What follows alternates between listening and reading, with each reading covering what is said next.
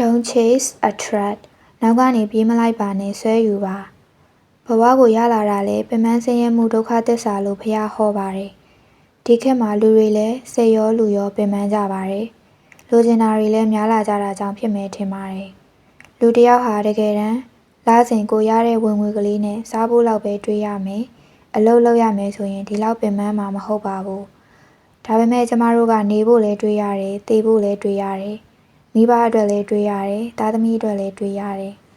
သုံးဖို့အတွက်လည်းတွေးရတယ်ရှင်ပြိုင်ကြွားဝါဖို့အတွက်လည်းတွေးရတယ်ဆိုတော့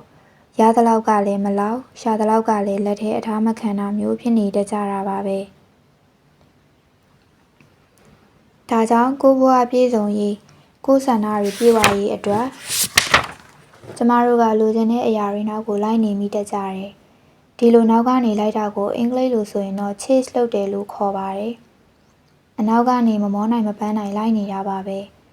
ချစ်ချင်းမြတ်တာနောက်ကိုလိုက်တယ်ငွေကြေးဥစ္စာနောက်ကိုလိုက်တယ်ကြော်ကြားမှုနောက်ကိုလိုက်တယ်အောင်မြင်မှုနောက်ကိုလိုက်တယ်မိတ်ဆွေအပေါင်းအသင်းကဏ္ဍမှာဝင်ဆန့်ဖို့လိုက်တယ်တကယ်တော့ကောင်းတဲ့အရာတွေကိုရဖို့ဆိုရင်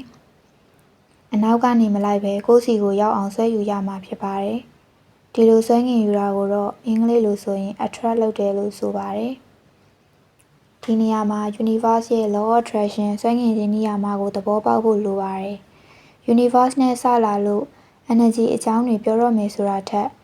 ယူပဗေဒ quantum physics ရဲ့သဘောတရားနေရာမှာတွေကိုနားလည်လက်ခံနိုင်တယ်ဆိုရင် law of attraction ကိုလည်းလက်ခံလာမှာပါပဲလောကကြီးမှာရှိနေတဲ့သက်ရှိသက်မဲ့အရာရာနဲ့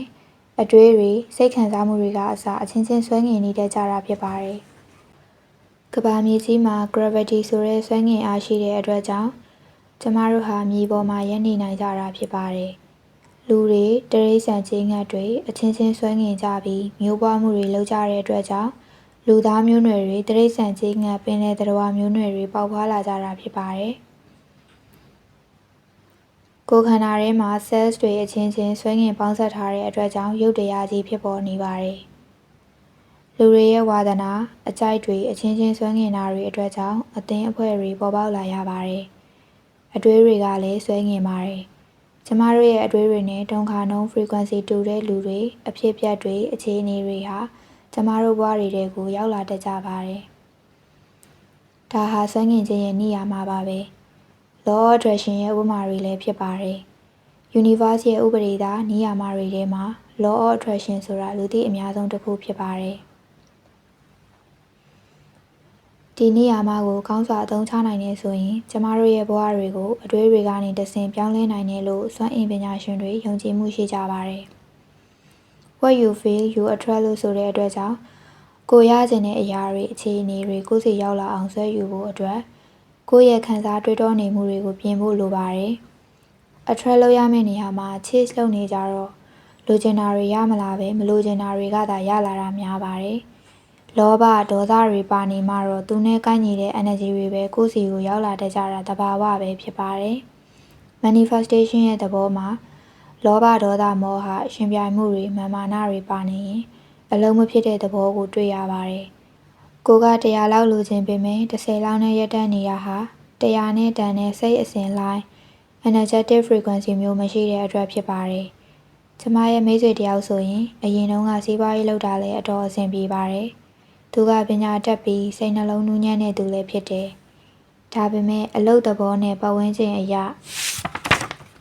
အပြစ်တင်နေတာတွေမကျေနပ်မှုတွေနဲ့သူလည်းစိတ်ချမ်းလူချမ်းဖြစ်လာပြီးအကြည်တက်ကလေးပျောက်သွားတာကိုသတိထားမိပါတယ်လိုချင်တာတွေနောက်ကိုအပူနဲ့လိုက်နေတော့အဆင်မပြေတာတွေလည်းဖြစ်လာပါတယ်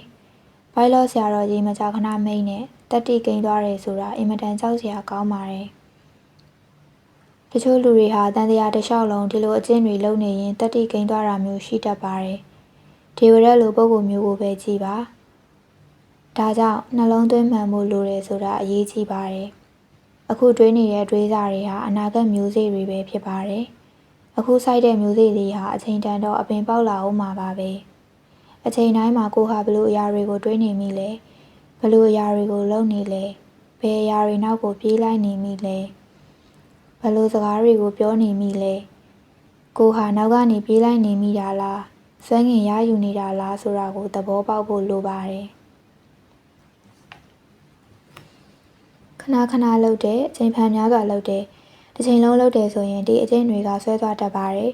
ဒါကိုသတိကိန်းတယ်လို့ဆိုလိုခြင်းဖြစ်ပါတယ် energy တွေစုပေါင်းများပြား accumulated ဖြစ်လာနေတာပါပဲတန်တရားတစ်လျှောက်လုံးကောင်းတာနဲ့မကောင်းတာမှာမကောင်းတာတွေရဲ့ဂုဏ်သတ္တိ energy တွေဟာ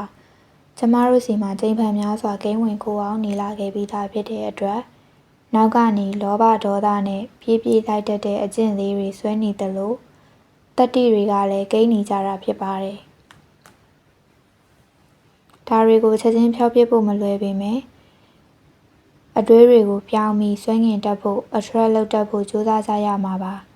ကျမလည်းအမြဲကြိုးစားနေပါတယ်ကျမတို့တွေအားလုံးဟာဘဝမှာကောင်းတဲ့အရာတွေကိုအလိုရှိကြတာကြီးပါပဲနောက်ကနေပြေးလိုက်နေမယ့်အစားကိုယ့်စီရောက်လာအောင်သာအေးဓာတ်အကြည်ဓာတ်တွေနဲ့ဆွဲယူပါ Don't chase attract